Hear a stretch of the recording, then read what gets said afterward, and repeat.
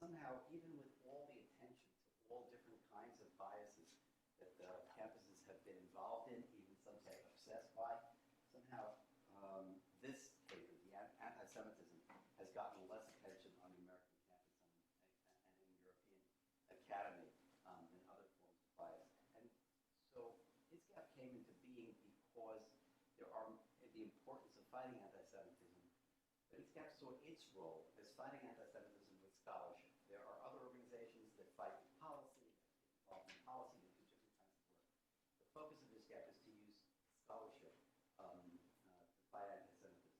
And as you heard this description, our idea is to train up professors who can create courses. And again, these are not advocacy courses. These will be courses in high scholarship regarding anti-Semitism. And that is our goal. The best kind of scholarship around anti-Semitism. And we feel that these resources, and the resources that ISGAP has made and has created, including all of the talks that we do at multiple university sites, all go up on our website. Many of them turn into publications. And so all this legitimate scholarly material is available for scholars to understand the nature of anti-Semitism. We think that's one of the best ways to fight anti-Semitism. Scholarship around the world is changing, and one of the things that is becoming very important at all universities and all scholarship is data on the one hand and the internet on the other hand. And so tonight we are extremely fortunate to have Seth, I'm trying to say the name correct, Seth Stephens-Davidowitz, who is something of a polymath. He is a multi-talented individual. He has done research on using the internet to understand psychological aspects of persons, to understand sociological facts. So using the internet and big data as ways, alternate ways, to understand these kinds of things, including understanding things like different kinds of behaviors and behaviors like anti-Semitism. Just to give you something about his background, he received a BA in philosophy from Stanford, his PhD from economics. So he has taken the formalisms of economics and he has blended that with data science and with his interest in the internet to create scholarship in this way. And the research that he's been doing is actually going to be published in a book that's due out in May 2017. Sorry to give you your deadline there. So he's finishing that book, and it's going to be called Everybody Lies, and it's going to be about how to use what his findings have been in using internet searches, Google searches, and people's use of the internet to understand aspects about their character. So without further ado, one last thing. He is, I mentioned that Seth is a polymath. He also is a op-ed writer for the New York Times. So in addition to being an economist and a data scientist, he is a journalist and works with the New York Times, and obviously an author of the book that he's writing. So without further ado, I will introduce Seth and ask him that we are looking forward very much to your talk. Thank you. All right, thanks so much. Thanks so much, Larry, for that kind introduction. Thanks, everyone, for attending this talk. So I'm going to talk about anti-Semitism on the web, what we can learn from the internet about this important topic. But I'm going to begin by talking a little bit more about some of the research I do in general. And I think the traditional way to study something like anti-Semitism, or really to study anything about human behavior and human attitudes, is to ask people, right? We conduct a survey. So if you want to know what people think about Jewish people, the traditional approach is Gallup or Pew Research or someone like that would conduct a survey and hand out pieces of paper or call people on the phone and say, what are your feelings about Jewish people? What are your negative feelings? What are your positive feelings? And that's kind of been the standard approach to studying this topic for the last 40 or 50 years. A main problem with this approach is anti-Semitism is one of many, many important areas that is a sensitive area. It's a socially sensitive area. There's kind of a politically correct answer to the question, right? There's something that people maybe there's a way people maybe want to come across. And that's dangerous when you use surveys. Anytime there is an answer that makes people look or feel better about themselves, people are going to have a tendency to tell surveys the answer that they think surveys want to hear or they think will impress people in surveys. So people lie to surveys, and this has been shown over and over again. One area of research I've done on is human sexuality, proving the extent to which people lie on surveys. So I'll just give you that real quick.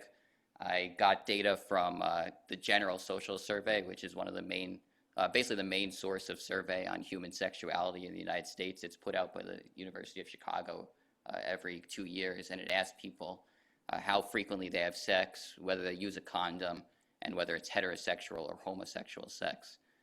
So you can do math on this and compare how many condoms are used every year by women and men in heterosexual sexual encounters according to the General Social Survey. And according to the General Social Survey, a woman used 1.1 billion condoms every year in heterosexual sexual encounters, and men use 1.6 billion condoms every year in heterosexual sexual encounters. As everyone see, by definition, those have to be the same. So like this kind of shows that people are lying when they ask questions on a sensitive area where people want to maybe impress people rather than tell the truth. So I was curious who was telling the truth. I asked Nielsen. They record all condoms sold every year in the United States, so you can see who's telling the truth, men or women. And the answer is neither party's telling the truth. Only 600 billion condoms are sold every year in the United States. So everybody's lying about sexual behavior. Men just happen to be lying more than women now. So that's kind of the basic motivation for my research, is these areas which are sensitive, like sexuality or anti-Semitism or any sort of hatred or animus, where people are going to feel where there's maybe a correct answer, an impressive answer. People aren't going to tell the truth. They're going to tell maybe a lie in these situations. So people are honest on certain internet sources, e.g. their Google searches.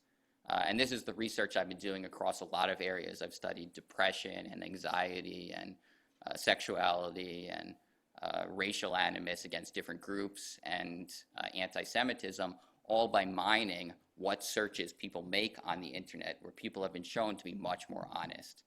People are alone, they're by their computers, and they maybe have an incentive to tell the truth. There's not someone on the phone saying, hey, how do you feel about Jewish people? There's just a little white box on the Google search engine, which is maybe going to get more information. I call it digital truth theorem, where something about Google allows people to feel very comfortable saying things that they might not admit to anybody else. So let me just talk about the things we can find. Let me talk about a few of the things I want to talk about in this talk. I want to talk about how anti-Semitism manifests itself on the website. I want to get a little on the web, World Wide Web, particularly Google searches, but other areas as well. I want to talk about what causes it, anything we can learn about what causes anti-Semitism, and then I want to conclude what maybe if there are any conclusions on things we might do to stop or curtail anti-Semitism. And I think there's a lot of information in websites that can help answer all of these questions. So how does anti-Semitism manifest itself on Google or on the internet? So the first thing that you see when you go and download data from Google is you see the questions that people have about different groups of people. You might actually see this if you type into Google. You might see the autocomplete sometimes. Can be a little disturbing when you do searches like this. So when people type, "Are Jews?" what are the main ways they complete this search in a negative direction? And you see a lot of really negative searches that have been traditional stereotypes about Jewish people. The number one search for this is, "Are Jews evil?" And you also have searches like cheap and greedy, racist as well. So these are a lot of really nasty viewpoints about Jewish people that are among the most common searches people make on the internet. And I think this is really an area where, in the United States, if you ask people on a survey, do you think that Jews are evil, or do you think that Jews are greedy, or do you think that Jews are cheap or racist? Most people are going to say no. But on Google, on their computers, they're going to reveal something very different and thoughts that they really might not otherwise tell you. The other thing we see a lot is jokes.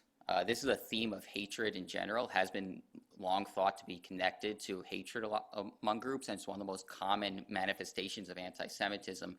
People make searches such as Jew jokes, or I'll have to use dark language here, kike jokes online with striking frequency.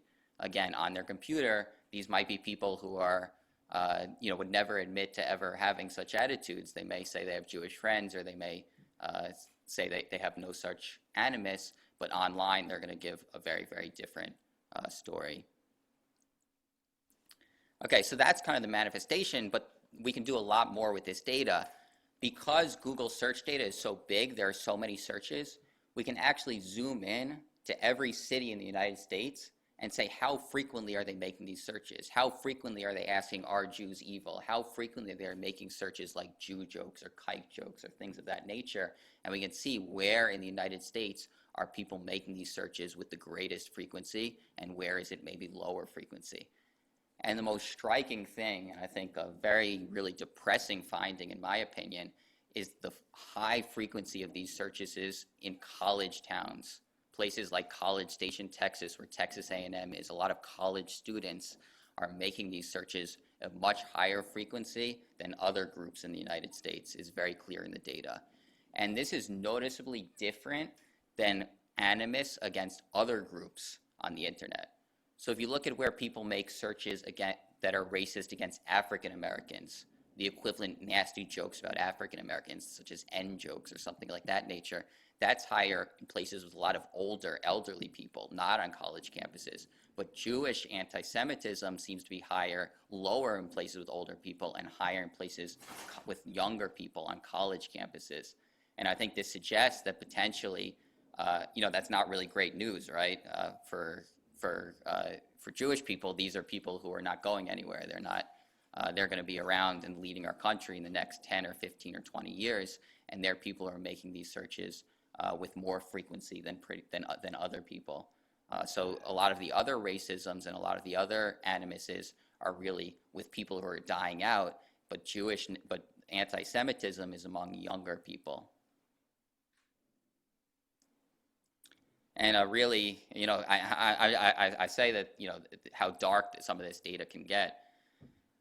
When people are online, when they're in front of a computer, people type some disturbing things. Not everybody, but some people do. And one of the searches you see is "kill Jews." And what is this search? This is a search by kind of, first of all, it's really interesting. You can actually break these down minute by minute. These searches are most common about 3 a.m. So you kind of imagine maybe someone a little bit mentally unstable, not really sleeping at 3 a.m. making some search like "kill Jews," and that's kind of not good, not so good, and it's something that we see in this data. And another important thing is, I actually did with some research on this. You can download information from police departments on anti-Semitic hate crimes by week, and we can compare that to when people make these anti-Semitic searches. And you see a very clear relationship. When people are making a lot of searches for things like "kill Jews," there are that week a lot of anti-Semitic hate crimes. So what this suggests is we can actually use this data to predict when hate crimes are going to be high on a given week. We can have the Google data right there the day after or the hours after, and we can say, hey, there are a lot of people making searches, making anti-Semitic searches. It seems like there's going to be a lot of hate crimes this week. And you can imagine a lot of things that we can do with this data. We could potentially inform people that this week is maybe a week to have extra vigilance, or maybe we could protect a synagogue. We could put extra protection. Police can use this to say, this is a week that doesn't look good, all because of these searches that these crazy people are making at 3 o'clock in the morning, and that's not data we previously had, right? We didn't usually have information on these, let's call them maniacs, who are making searches at 3 a.m. on "kill Jews," but these people, even though they're a small number of them, create a lot of problems in society, and we now actually have data on them. So that's what we can learn on Google. There's another piece of the internet that I studied, and I'll actually describe how I began to study it. How many people know about the website Stormfront? All right, only about 2 or 3 of you. 4, yeah, so about 4 or 5 of you, and most people don't know the website Stormfront. I did not know the website Stormfront when I did this research. I'll explain how I even found it. I did this research about 3 years ago, and I say how people make kind of embarrassing searches on Google. One of the embarrassing searches I make is I made a search for my name just to see if anyone was talking about me. I Googled Seth Stephens-Davidowitz, which is a little narcissistic and not something I'm proud of, but I made that Google search, and the first thing that came up one day was Stormfront. I'm like, oh, cool, there's a new message board that's discussing my work that I'd never heard of, and I was curious what it was. So I go to it, and it says Stephens-Davidowitz, Jew writer for the New York Times. And I didn't know, I had no idea that Stormfront was, and I had no idea that there was a website that just monitors basically Jewish people and people with Jewish sounding names, and that they're making, that they write articles and they discuss their work. And I had no idea that it existed.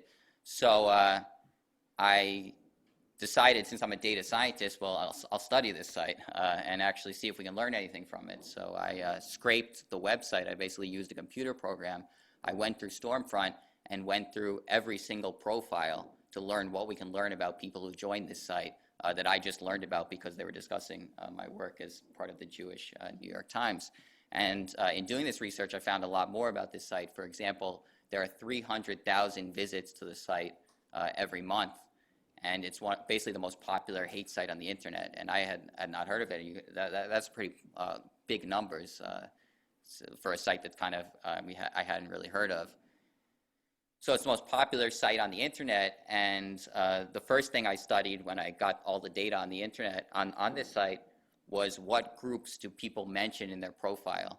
And the number one group mentioned on the number one hate site in the United States is Jewish people, which again was something that would have shocked me. I would have said that, I did not know that that the number one hate site in the United States would predominantly the people on the site would predominantly talk about Jewish people. That would have been something that something caught me by surprise, and definitely something that doesn't really come up in surveys usually, but does show up on the internet. So you can see 39% are mentioned Jews in their profile, 33% African Americans, 13% Hispanic, and from there. So the other thing in the profile, we can actually see the ages of people. People include what age they are, and the striking data point on this, and it confirms the data on the anti-Semitic Google searches, is it's a young group. You can see it's highest among 18 to 29-year-olds, then among 14 to 17-year-olds. More than half of members of Stormfront are under the age of 30.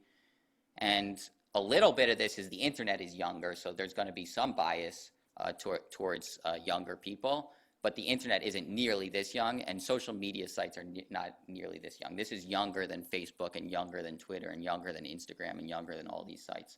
Stormfront members are really, really young for the internet, for social media, for anything. It's a site that predominantly appeals to younger people.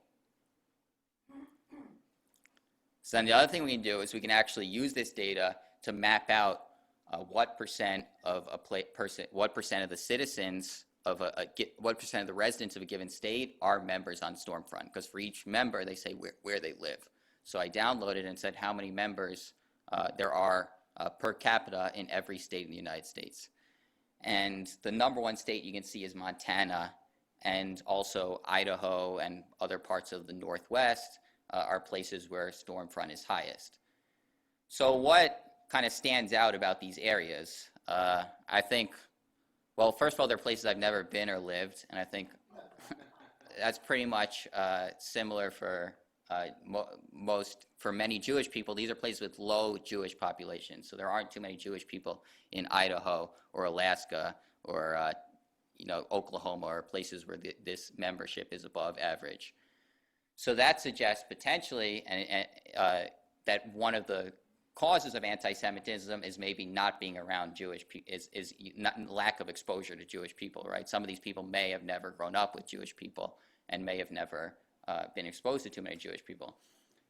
Now, the fact that the ratio is higher in places with lower Jewish communities doesn't necessarily mean that these people didn't grow up with Jewish people. You could imagine that that some of the members of Stormfront grew up in areas with lots of Jewish people, but maybe moved somewhere else, because maybe if you don't like Jews, you're probably not going to want to stay in New York or Boca Raton. You may head out to Idaho, where there are going to be fewer Jewish people. So one way to test this is just limit the analysis to high school students, because they don't really get to choose where they live. And when you do that, you see once again, it's higher in places with few Jewish people among high school students. So I think this confirms that a real cause of joining this anti-Semitic website is not being around Jewish people. The people who join this very popular site with 300,000 people are people who are young people who have not been exposed to many Jewish people in their life. We can do a little bit more analysis, both by looking at the profiles, and I also looked at some Facebook members who are members of this site to see what else we can tell about the demographics of people who join Stormfront. And the first and most striking thing about the membership, if you had asked me who joins a hate group, I would have said high school dropouts, people with very low IQs, low education. That is not true at all. High levels of education, if anything, higher levels than average. Not by any means unintelligent. They list their hobbies. The number one hobby of Stormfront members is reading. And it's true on their websites. They talk about philosophers. As Larry mentioned, I studied philosophy as an undergrad. They talk about Friedrich Nietzsche and Soren Kierkegaard, and they all couch their theories with these philosophers. So it is by no means an uneducated group. It is a highly educated, highly well-read group. One actually other interesting data point, which I was kind of a little taken aback that Stormfront users are reading my articles in the New York Times. Actually, Stormfront users are twice as likely as the average internet user to read the New York Times, which again is something that you would never think that when you're reading a New York Times article, that there are also people from hate sites viewing this article. But it's a very different group and a more educated group and a more intellectual group than you might have guessed. Moderate levels of income, not totally poor, not totally rich. We can actually see how does membership change when economic conditions worsen. Is that a big driver of Stormfront? Do people, when they lose their job, turn to Stormfront? No relationship between economic conditions and membership in Stormfront. There was no rise in membership when the Great Recession hits, no rise in places that were more affected by the Great Recession. Economic does not seem to play a role. They're more likely than average to be single. That may play a role. And then, as mentioned, they grew up in areas with low Jewish populations.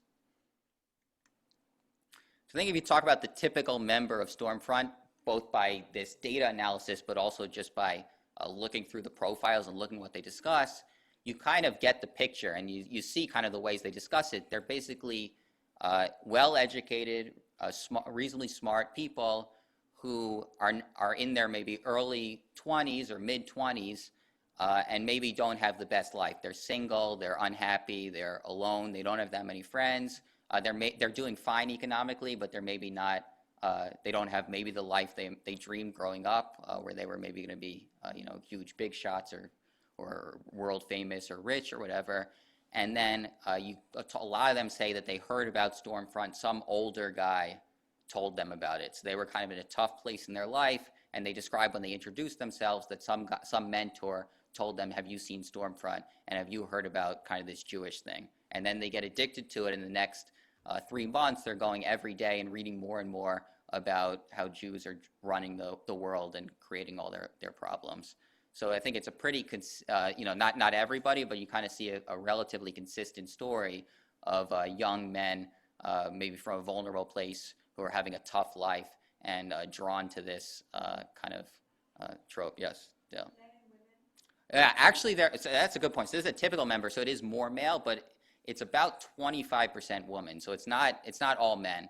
Some people actually use it for dating, which is a little weird as well, because when you have a lot of single people, you do see a lot of people trying to find partners on this site. So I think it's a dangerous situation because, you can imagine, let's say if you had older people, you'd say, well, they're going to die out. And let's say you had uneducated people, you'd say, well, let's just give them more education. And then, if we just get everybody to get college degrees or get PhDs, then we can lower this. But this demographic, young men who are, not at the top of society, is a demographic that really always exists. And so I think that's not necessarily the most optimistic. It's kind of how do we deal with the fact that there are always going to be this group of men who are not happy with their lives, and some women, but more men who are unhappy with their lives and maybe are susceptible to paranoid conspiracy theory that the reason that their lives are not going well is because of Jewish people. And the final question, Is anti-Semitism rising? I think you probably didn't need necessarily me to come here and tell you that. We've seen a lot of it in the news and all the threats to the hate crimes and threats to different organizations, but you see it on the internet as well, where there's been a rise. The last 3 months has been the highest 3-month period for searches of the type I've shown. Are Jews evil? Jews are greedy? Jews are, Jews are cheap, things of that nature, and also these really nasty searches like kill Jews. So they have really been risen in the last few months. And you actually see very clearly in this search data the path that has created this rise of anti-Semitism in the last few months. So what you see on Google searches is about a few months ago when Steve Bannon got in the news, you'd see people in Montana or Idaho searching for Steve Bannon. Then you'd see them searching for white nationalism, which maybe is not something they knew about before. Then you see them searching for Stormfront. Then you see them searching for Jews are evil. So basically what has happened in the last few months is what has previously been a one-off case where these young people have been maybe learned from an older gentleman about this idea of white nationalism and Stormfront and Jews are evil. Instead, it's kind of happening in scale at the media, where people are hearing about these ideas and then searching for them and being exposed to them, and then getting a fraction of them are going to get addicted to it and not really stop. So it's definitely a disturbing situation. It's kind of a little bit scary because it kind of suggests that information by itself can really get this going for this very susceptible group of people who are maybe not so happy with their lives. I want to talk about one more thing, and this is not anti-Semitism, but I think it is important for the discussion of hatred and maybe relevant to anti-Semitism in the future. So this is the type. It just kind of shows the types of things we can do with this new data, with all this new data. So I was actually researching about in December 2015. If you remember, there was a big rise in Islamophobia back then.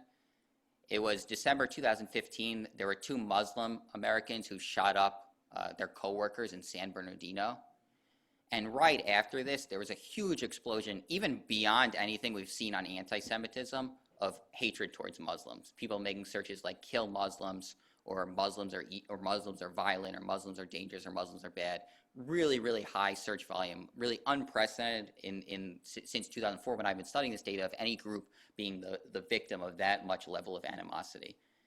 And the victim level was so high that Barack Obama gave a speech to try to calm down this Islamophobia, to basically talk to people and say things that would make them maybe feel less animosity towards Muslim Americans. And he gave this speech. It was nationally televised. It was about 8:00 p.m. It was well publicized beforehand. It was on all the networks. Everybody, it was kind of everybody was talking about it. And we can actually break down the search data minute by minute. This is how wild some of this new data is. We can actually see this angry mob, these crazy people who are searching things like "kill Muslims" or "I hate Muslims" or "no Syrian refugees," how much they're searching that minute by minute after basically everything that Obama says. So just how wild that is relative to the data we used to have to study something like this. We can actually look and study basically how an angry mob is responding to every single word. So it's really wild. And let me just go back. I'm sure you don't remember the speech. It was a while ago. But these are some of the lines that Obama used to try to calm down this rage against Muslims. And you can imagine in a different era, maybe, I don't know if Trump would ever do this, but maybe Trump giving a speech about anti-Semitism or some president giving a speech about anti-Semitism, the president would probably use similar lines like this. So he said that it is the responsibility of all Americans of every faith to reject discrimination. We have to not forget that freedom is more powerful than fear. It is our responsibility to reject religious tests on who we admit to this country. And he gave this speech, and that's kind of classic Obama. It's really beautiful. It's great rhetoric. It appeals to kind of all the best of national values, and it's poetic. It's it's sonorous. It's everything you would want in an Obama speech, and kind of classic Obama. And after he gave this speech, what do you think everyone thought about this speech? Great speech, right? Everyone said it was a great speech. All the reviews were that this was, one of Obama's best speech, a necessary tool of good government geared towards saving the lives of Muslim Americans. The New York Times thought it was tough and calming. Basically, people loved all these lines he was talking about the responsibility we have towards treating people of all religions equally and fairly. So what happened in the search data? Well, we found that basically every time Obama made one of these lines, animosity towards Muslims skyrocketed. Kill Muslims searches way up when he was saying how it was responsibility. I hate Muslims searches up. No Syrian refugees. Muslims are evil. Up, up, up, up. Basically, as soon as all these lines that Think Progress and all these that New York Times loved, this angry mob got more and more angry, basically. And you can kind of imagine that the things that appeal to the New York Times and Think Progress are not the same things that appeal to a group of angry people watching a TV show. So sometimes we high-five each other, how we said all these great lines, but calming an angry mob is no trivial thing, and some of the things that we think work may actually backfire. So that's kind of a negative, dark outlook. Actually, a lot of my research, they say that, Seth, it's very interesting, but it's really, really depressing. So because it's, look, if people on surveys are telling us how nice they are, and they're a little bit darker, then yeah, it's going to be a little bit darker. But there actually is an uplifting point to this talk. He also gave one line in this speech about Muslim Americans, where he said, Muslim Americans are our friends and our neighbors, our co-workers, our sports heroes, and yes, they are men and women in uniform who are willing to die in defense of our country. And after he gave this line, how Muslim Americans are our sports heroes and our military heroes, searches shot up for Muslim athletes and Muslim soldiers because people were like, oh, who are these people who he's talking about? And then if you actually follow the social media afterwards, a lot of people are talking about how, Shaquille O'Neal's Muslim? I had no idea, and like discussing it. So that line seemed kind of a little more effective. And I think you can actually compare these lines. It is the responsibility of all Americans of every faith to reject discrimination. That's not really telling anybody anything new, right? It's basically just lecturing them, responsibility. And I don't think lecturing necessarily an angry mob is the best way to change their mind. But if you look at this line, that's provoking curiosity, offering new information. That maybe can change people a little bit and kind of changing how they think about a group. That right now they have a very, very negative view. So instead of thinking of these two people who shot up San Bernardino, think of Shaquille O'Neal as a Muslim. So that we found was more effective. And actually, we published this article in the New York Times. And I don't think it's totally delusional when you publish an article in the New York Times that people in the president's office actually will read that article, because a lot of people read that. So 2 months later, Obama gave another speech about Islamophobia. This time he gave it in a Baltimore mosque, and again it got a lot of attention. Again, it was on national TV, and again it was well publicized. And this time, basically, he basically just repeated. He stopped all the lecturing and just repeated everything that we suggested he do in that article. So he said that he again said they were athletes and armed service members. He also said they're police officers and firefighters, they're teachers and doctors. Slaves from Africa are Muslim. Thomas Jefferson and John Adams had their own copies of the Quran. First mosque on U.S. soil was in North Dakota. Muslim American designed skyscrapers in Chicago. So all these lines are kind of along that line. Instead of lecturing people and that usual rhetoric, it's offering new views of Muslim Americans that people might not have had before and might make people curious. And we examined the search data after this speech, and this one was way better. The search for kill Muslims, now we're down. I hate Muslims search is down. No Syrian refugees search is down. Muslims are evil search is down. So that is kind of an optimistic approach, or maybe you can to calm an angry mob, there might actually be ways to do it that we can learn from this search data. And I think that really, really is exciting, because we haven't previously had this type of data, whether it's for Muslim Americans in this case, or Jewish Americans, or Jews in another country. We've never had this ability to really see how kind of a crazed mob is responding minute by minute to something that's happening on TV. And it can potentially teach us a lot of new things about how these behaviors are enraged, or how these behaviors, these attitudes may be calmed down. All right, so what are kind of the general conclusions we take with this? I think there's a lot more work to be done. Somewhat surprisingly, there aren't that many people researching these new data sources. There aren't that many people studying Stormfront or studying Google searches. So I think we need a lot more scholars in this area, because there really is a gold mine of information here, and so we need a lot. And I think there's a lot to be learned potentially about the causes of anti-Semitism and things that may actually help to alleviate it. Again, I think, just from the research I've done over the last few years, I can't claim that I can cure anti-Semitism or anything of that nature, but I do think that there are maybe some themes that come up if you put together all the different studies. You kind of see from the fact that there are fewer anti-Semites in parts of the country with fewer Jews, that maybe some sort of exposure to Jewish people is a positive, and then that kind of dovetails with the results from that Obama speech, with this idea that you kind of want to give people positive viewpoints of a group. So if you have these people in a vacuum, living in a vacuum that aren't happy with their lives and don't know many Jewish people, then potentially anti-Semitism can kind of fill that vacuum. But if you instead kind of give positive views of Jewish people or expose them to Jewish people, that may prevent this vacuum from being filled by things like Stormfront or anti-Semitism. Yeah, so that's basically my talk, and I think I'm now going to take questions. So one of my questions has to do with one of your earlier slides where you talked about college students being, the ones who are doing research. Yeah. And you talked about college in Texas.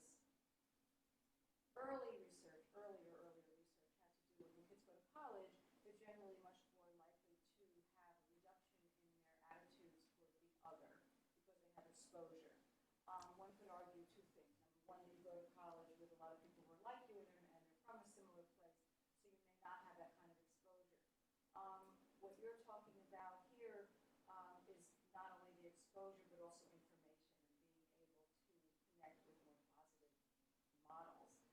And so my question is also, where can you tell us where some of these colleges were? You talked about Texas. Is this across the Yeah, so that's a good point. It wasn't like Princeton, New Jersey, where probably 30% of students are Jewish, and then you might have people who hadn't been exposed to Jewish people. So it was more, I'd have to go through again, but it was places with much lower Jewish students. So it does fit with this idea that, but I think it just shows that it is more a young person's thing.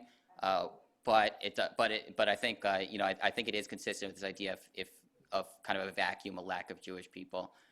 It was college towns in places with fewer Jewish people. Yeah. Yeah, I think your work is really wonderful, and I'm very grateful that you're doing it. Oh, thank you. Do you find that the incidence of anti-Semitism also corresponds to anti-Israel? And another point is, do you see any connection between the tendency of liberal Jews contributing to this? Yeah, well, I think it's a good question. So a lot of my research has been much more on the really extreme end of anti-Semitism. We were talking about people actually searching kill Jews or on Stormfront. That's not really liberal people who are on that site. So I think that's probably an area where there could be more research to try to connect. It's kind of, I feel like it's almost a little bit of a separate question because it's a little bit less virulent, like, Yeah, so you do see some so you do see some anti-Israel searches and stuff that are more in left-wing communities. Maybe that's not so surprising, but I haven't really been able to connect that to more anti-Semitism in general. So, yeah. I'm wondering if you have any data correlating the university locations with locations that have a lot of, BDS or Palestinian activity. Yeah, I haven't yet. It's a really good question. So there are all kinds of things you can correlate it with, but that is definitely something to. Really, exciting to think about. Yeah. It's a great idea. I'll look at that more. Thanks. In the states where you showed more than 12.5% Yeah. did you look at urban versus rural? Let's say Portland, Oregon versus. Yeah, so it is more rural areas. You can see the states in general are rural, so it's not. I think it does kind of go to the point of this vacuum idea, that there is kind of a vacuum of exposure to maybe positive Jewish images. But yeah, it's much higher in more rural Oregon than Portland, Oregon. And the other thing is just a comment.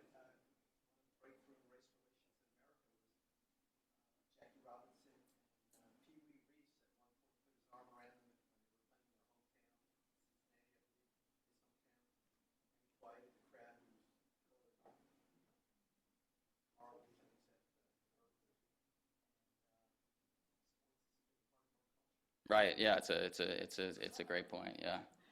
I think. Yeah. Question now, Chris Warren from Disc. One of the things we were talking about today with a group of supporters was about the geography issue. So we're seeing that there is a huge problem in high schoolers right now in textbooks where there is inaccurate information that's being talked about regarding Israel and so forth and about geography, and there's kind of a geography crisis going on in the world right now. Are you seeing anything in researches where people are saying, okay, I'm not seeing this in my textbook in high school from like 14 to 19-year-olds, but they're looking at Israel and they don't know where it is, or they don't know where it is on the map and everything, and we're seeing this all the time where people are saying the UK is in like Cuba, for example, and they put it on that. I mean, is that something that you're seeing that's kind of correlated to that? I haven't looked into that. It's an interesting question. I think in general you see that people's Google searches are way dumber than you'd than you'd expect. It's not kind of. I think people like it's another idea where people, people tend to exaggerate the profundity of their questions. So when they're actually online, they tend to be very, very basic. But It's more basic than it is like we think that that's sort of like one of the problems that is in the discussion of this is that there's a geography crisis right now in the world, and that people don't know where anything is. right. And and I'm just curious to see how where the research can go on that and how that can help us to kind of help define some of the issues that we want to talk about. Yeah, it's a good idea. Keep the ideas coming. I don't know, or do it yourself, or like look into yourself. I think there is a lot of fertile area for research here on all kinds of questions because kind of everything goes to Google these days. So it's a really easy way to measure some of these things that we haven't previously seen. Dave, you did an excellent talk, number one. Thank you. Number two, I mean, I come from Iowa, it's a rural state, and there's only about 5,300 Jews in the state, but my relationship is really good on a one-to-one basis. These are friendly people. Now, the other thing is, there's a tremendous amount of Muslim anti-Semitism. I mean, we're talking about anti-apartheid week at the universities. We're talking about Iowa City, that maybe 25,000 students, Mhm. maybe 800 Jews. Since 20 years ago, 25 years ago, when my kids went to Iowa, there were killed Jews. They were attacking people who would come to see Abba Eben, Jewish speakers at the university, and Palestinians were around, and anti-Semitic slurs and such as that. I mean, this is 25 years ago in a very tiny Jewish population state. Okay, and we're seeing this in California, Minnesota, New York. So what is going on with Muslim anti-Semitism in the U.S.? Yeah, I haven't looked at it too much, but you could imagine also just looking at the different language searches, you can break it down by different groups that way, and then also where populations are higher to see if that's correlated. I'm sure. Again, this is kind of this is preliminary. I think it's kind of shocking that more people aren't looking at this data because it's so rich and so unprecedented. We didn't really have data before on how frequently in every city in the United States people are making searches like evil Jews or greedy Jews. So I don't. Yeah, a lot of these questions I don't know, but The question is that it's been going on for a long time. right. It's not something new.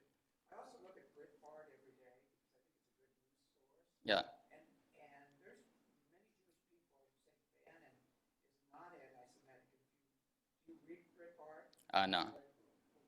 Breitbart? I'm sorry. It's my Midwest pronunciation.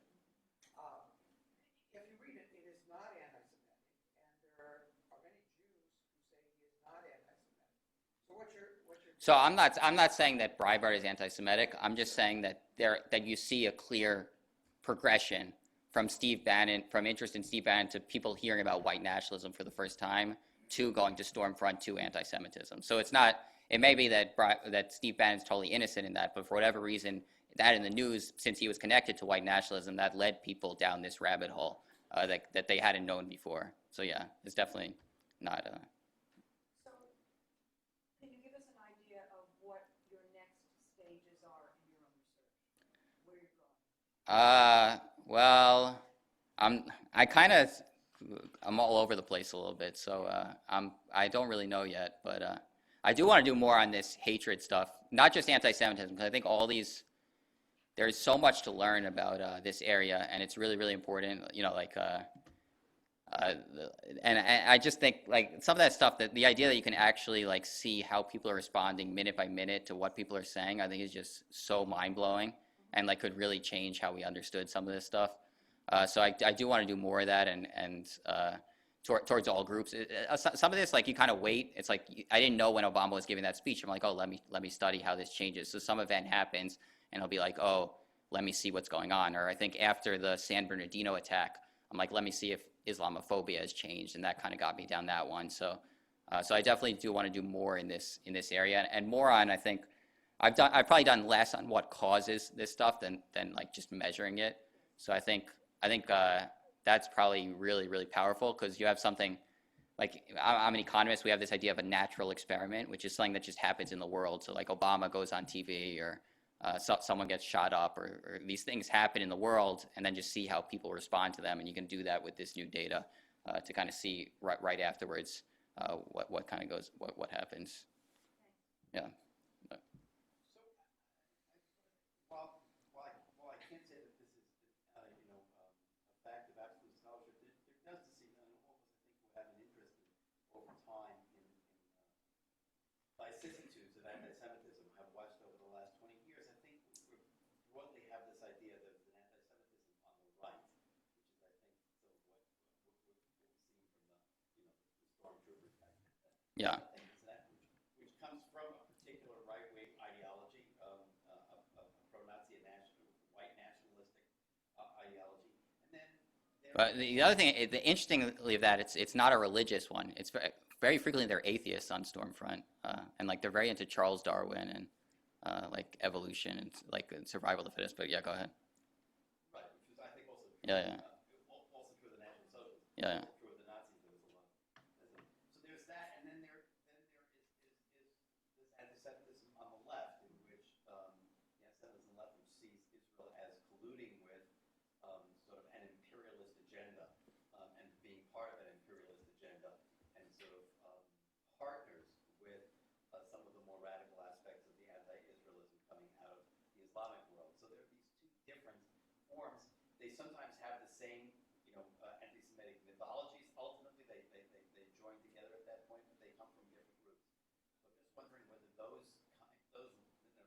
different ideological roots of anti-Semitism would be possible to parse out with this kind of. I think they definitely would. I think, I probably, maybe because of my background, I kind of traditionally thought of anti-Semitism as more this right-wing thing, and was kind of more drawn to that traditional trope, and I think that really violent, like these are kind of, this is really nutty people. These are like not, these people are out there, and these are the people who shoot up places and stuff. But I haven't done as much in that type of area. But it would be interesting to play on different to look at them differently. It's also interesting, just like comparing different groups, the way that they manifest itself. Like if you look at, if you compare anti-Semitism versus racism against African Americans on the internet, like it's strikingly different. So racism against African Americans, it tends to be more in communities with more African Americans, whereas anti-Semitism seems to be in places with fewer Jewish people. So it's like totally reversed. And then you see that a lot of the racism against African Americans really comes from mocking them in many ways, like playing out, how they're stupid or they're lazy or they're this or that. Whereas Jews, it's much more from like they're super powerful, they're greedy, they're like it's strikingly different, and that's kind of interesting too. Or there might be strains of, maybe there are strains of anti-Semitism that are more of that mocking thing, but it's not. But the predominant one on the internet is more kind of like that they're super clever and super powerful in running the world and stuff. Dave, I have another question. It's Seth, by the way. No, my name's Seth. I have like two last names that make it sound like Dave. Yeah. Okay, Seth. Yeah. My correction. No problem. It would be great if these types of talks could be placed on YouTube. I mean, many people don't live in New York City. So all of these talks are on the ISGAP website. This talk will be, like other talks, will be up on the ISGAP website. Oh, really? And be available. It will be As are available dozens of other as ISGAP YouTube, talks. as a YouTube on As a podcast. as a podcast, so that means you can see it.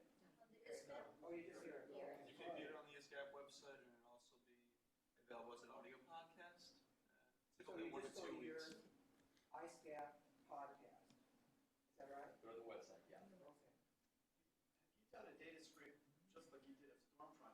I don't know if these things exist, of socialism.com, marx.com. It would be very interesting to do the very same methodology and compare what they're searching on, et cetera, your entire presentation. Yeah, yeah, I totally agree. Every comment, I'm like, yeah, there is a lot more to be done. Like there is, yeah, it's a good idea. I'll add it to. I'm keeping a memory of all these things that people said either or people are watching and might want to do it themselves. I think yeah, it's definitely that yeah, the internet. It's this idea that we didn't usually have. The KKK was not like on the internet, right? So we didn't really know the members of the KKK, but now the KKK is on the internet, and the equivalent of all these groups now have internet memberships, and we see when it's rising and where people are coming from and all these things. So, yeah. I see David Duke is actually speaking on the storm. Yeah. What, can you give us a sense of actual numbers of people? So, Or is it hits? so there's the 300,000 people visitors a month. You said Yeah. So that kind of gives you an order of magnitude. Again, it's still not. It's not millions. It's still the number of people who make jokes mocking African Americans is higher than the number of people who do anything anti-Semitic in the United States. If you do, talking about discrete people, not just the same well, we don't know, but presumably we only know that you don't know. On the internet, nobody knows you're a dog. I don't know that these people are really 14 or 15 years old. I just assume on average the line. Are they unique visitors? That's what I meant. Yeah, so we don't. I think 300,000 is unique visitors. Although even with that, you never totally know because people's cookies change, and so it's not. We don't know for sure. Right. Does it also, I don't know, I can look on Stormfront more, but is it just about anti-Semitism? Is other things? Well, so it's I had that it was yeah. So it's I don't know how to get this. Yeah, I had the breakdown of the different groups. So it was 39% Jewish people and 33% Black people. So it's not that, but even within that, it's strikingly different. It's kind of like everyone has their trope. It's kind of all these groups are like they're really upset about immigration, and they're really upset about gay people, and they're really upset about feminism. But it's always But no, it's always that Jews are running the whole thing. They're the ones who are getting the gay. They're the ones who are. But that battle was for Stormfront or for your whole? That was for Stormfront, so that's why. So that was Stormfront. But remember, it is still the largest hate site on the internet. So it is pretty. It is pretty indicative, and it shocked me because I did not know. I would not have guessed. I didn't know that type of site existed in the United States, let alone that it had 300,000 people going to it. So. On that side, yeah. So I mean, you kind of each group has its own little type. So the African American, a lot of the prejudice is these jokes, like they're much more common against African Americans. It is sometimes against Jews, but like that's millions of people making these really nasty searches about African Americans. Whereas it's not kind of this, and low education older people. Whereas the the anti-Semitism is a lot of younger, more educated people on these sites where they're. I mean, I think the striking thing when I went to the site is just the level of the conversation was just so much higher than I would have guessed. I think I wrote an article about it, and I talked about how they were discussing, they were analyzing the show Breaking Bad, which is a show that I analyze with my friends, and they were talking about dating websites like OkCupid, and which I'm on. Like, I didn't know people on Stormfront are on OkCupid. It's like, yeah, no, it's eerie the degree to which it's kind of like smart people, visiting the New York Times twice as often as the average user, talking about philosophy. It's like, I feel like it's the anti-me or something. It's like it's weird. It's weird the extent to which it's that kind of demographic. I think you're talking about two things. One is that we have to be careful about stereotyping the people that we have stereotyped, say, well, they're dumb and they're just not anywhere, they're educated and all that. I think that once we are able to recognize who goes on these sites, we'll be a little more able to understand what's needed to try and do exactly what you're suggesting is exposure, education, all that. The other piece is to this gentleman's comment, and that gentleman's comment, I think that, maybe on your list, you can also look at, putting in the combination of Zionism and BDS and Jews.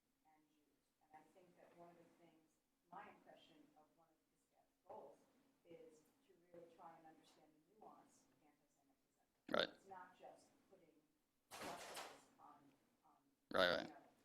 Yeah, yeah, property. yeah. But really, that when people are talking about Zionism and anti-Zionism, that where's the anti-Semitism in that? Yeah. I think that that's something that we really need to pay attention to, particularly on college campuses. Yeah, these are good points. Thank you.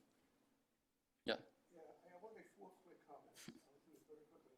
First of all, the people on Storefront, if they're not members of Storefront, there could be another far-out right-wing group.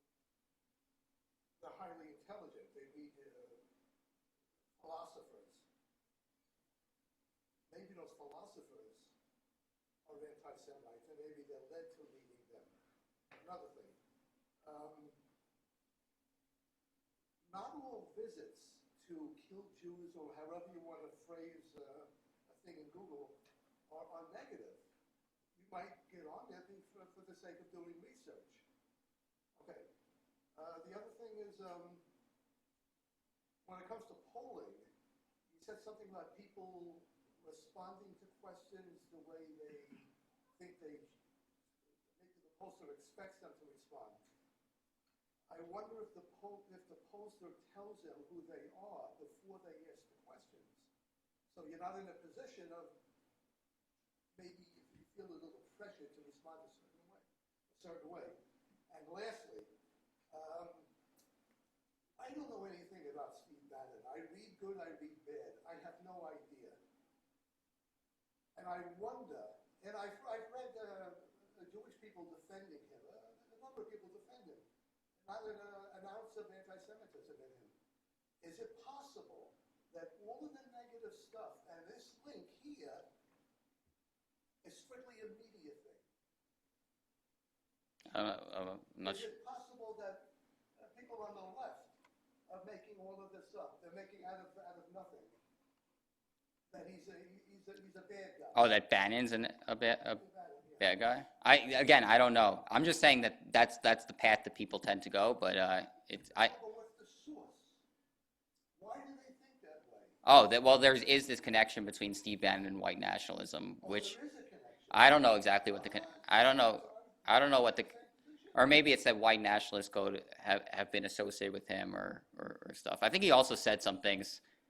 There were some comments that came out of things he had said that he didn't want his kids going to a certain school because there were a lot of Jewish people there or something. So. He said there were a lot of Jewish books in the library to his wife. Yeah. So. Just a comment. I mean, you can make the same comment positively.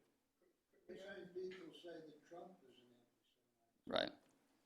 Yeah, I was at Drake. I visited Drake University about 5 years ago, and they had Palestine apartheid, Israel apartheid. And I was stunned because there I am in Iowa. Yeah, 5,000 Jews in Iowa. Amazing. I have a few questions or comments. Are you able to organize the same study in Arabic here in America? Yeah, you should be able to. That's yeah. So you could. Because, this is narrow because it's in English, so of course it's going to be in Montana and white people. Right.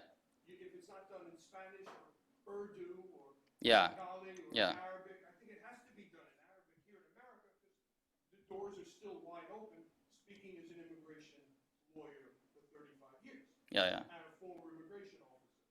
Another thing I'd like to ask or comment on is when you're watching TV, you're already getting a certain demographic. In other words, I personally I watch everything, but I watch it on YouTube. So if I want to see the Spicer briefing, press briefing of the day, I go to YouTube.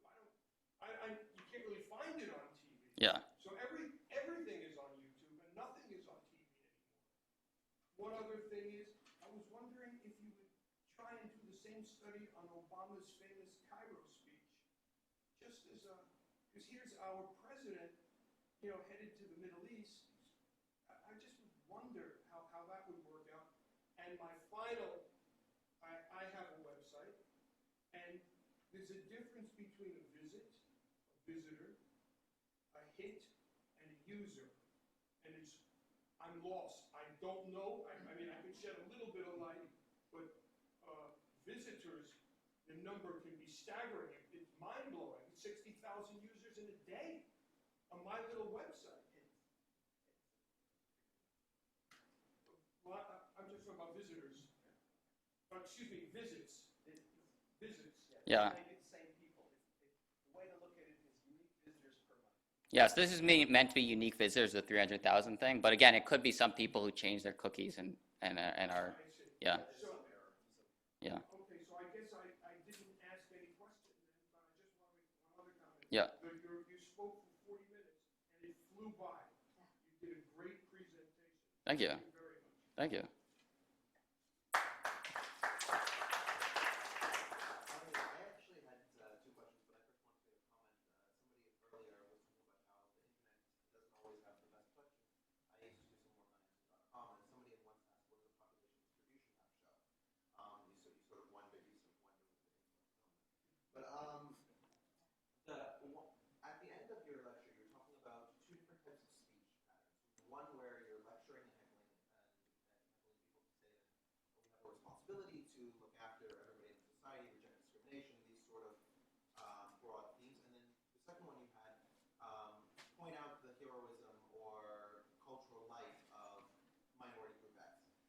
Have you done any work into somebody who tries to actually discuss the myth that's being discussed on the hate sites, right? For example, let's take Stormfront and Jews, for example, right? Yeah. Stormfront and Jews, the Jews are controlling feminism, Jews are controlling the United States foreign policy, Jews are controlling all these things, and somebody says something along the lines of Jews are disproportionately represented in these various groups. We agree with you. However, if we actually look at what Jews talk about amongst themselves, we see that there's a wide variety of disagreement between Jews on these specific issues. They're not united, and even within these groups, Jews don't make a majority. The majority is made of non-Jews who have these particular opinions, and their philosophies are predominant. Some way of actually trying to dismantle the myth. Do you have any statistics about I haven't looked at it. It's a great question. I mean, my gut from just reading I've done in psychology in general is it's really a dangerous thing to say, Jews are not evil or something, and then it's like, wait, what like, it's a little bit hard to, it's a little bit dangerous territory where you put thoughts in people's minds by saying, no, it's not true. Sometimes that's not always effective, and it does kind of fit with this general idea that there's kind of a vacuum waiting to be filled, so you want to be a little careful, like bringing up these ideas that maybe people haven't even thought about before. So I don't know, but I think I'd almost want to say you want to start with just like reminding people that a lot of, just as you do with Muslim Americans, for people who don't necessarily grow up with Jewish people, to remind them of all their heroes. Also, all these celebrities who hide that they're Jewish is probably a bad thing based on this, right? Like all these heroes who are change their name or something. It would maybe be better if they had more Jewish names, and everyone would be like, oh yeah, that person's Jewish. And the second question I had is, a lot of people are attracted to white nationalism. When you talk to them, they seem to say there's a lot of anti-white sentiment in the world. One example that they say, for example, the 30 questions about insert groups. So 30 questions black people have about whites. There are 30 questions Hispanics have about whites. And of course, there's never the reverse, 30 questions white people have about Hispanics. And so they'll say this as proof that the cultural milieu is anti-white, that there's a need for white nationalism. Do you have any statistics that correlate with the releasing of these types of videos that white nationalists cite and driving to white nationalist sites, or some sort of connection between the proliferation of the quote anti-white message and the attractiveness for it? Well, it's definitely talked about on the website a lot, just as you say, and it's another one where they say that Jews are kind of, I think another thing they talk about a lot is how Jewish people protect other Jewish people, but there are no white people protecting other white people. So it's so that they're trying to, so that's kind of an idea that has a lot of, that they talk about a lot, and that Jewish people are always protecting minority groups, but not protecting white. So it's all kind of driven around Jewish people, but it is a big theme that they talk about on the site. But yeah, it could be interesting. I mean, you could also actually see data on this. If you actually look at, for example, there's the equivalent of, the nasty jokes about Jews and the nasty jokes about African Americans. They're also cracker jokes or whatever, but they're really unpopular. So there is actually evidence against the anti-white prejudice that people maybe think they see. There's a very big element that's never discussed, or rarely discussed, and that is, I think, one's politics supersedes one's religion. We almost assume that every Jew is going to be this, is going to think a certain way. Not true. Some of our biggest enemies are Jews on the left. And it's a liberal thing, not a Jewish thing. Right. I don't assume, of course, this is a matter of opinion, what, right and wrong. We take certain stands on certain issues. But no, Some of your we best- don't walk in lockstep with each other. Some of your best friends are Christians on the right. So, Right? I'm gonna, Absolutely, totally true. Exactly. I'm gonna take my prerogative. Thank you so much for all this wonderful questions. Thanks for the Well, question. Fantastic. There's a Talmudic saying that, you don't get at people's truth easily, but you do find the truth in their cups, in their pocketbooks, and in their anger, which is to say, the truth will come out when you're drunk, the truth comes out when you see what you give charity to, and the truth comes out when you're angry. But I think we've also seen tonight that Seth has opened up from that Talmudic thing a fourth thing, which is that the truth comes out when you're in the privacy of Google. So we're going to add, I think you're adding to the long-standing Talmudic wisdom about how to get to the truth. As a psychiatrist, I know that there are things that are said to me, because people talk in the privacy of obviously of a consulting office, that are very, very different than their public persona.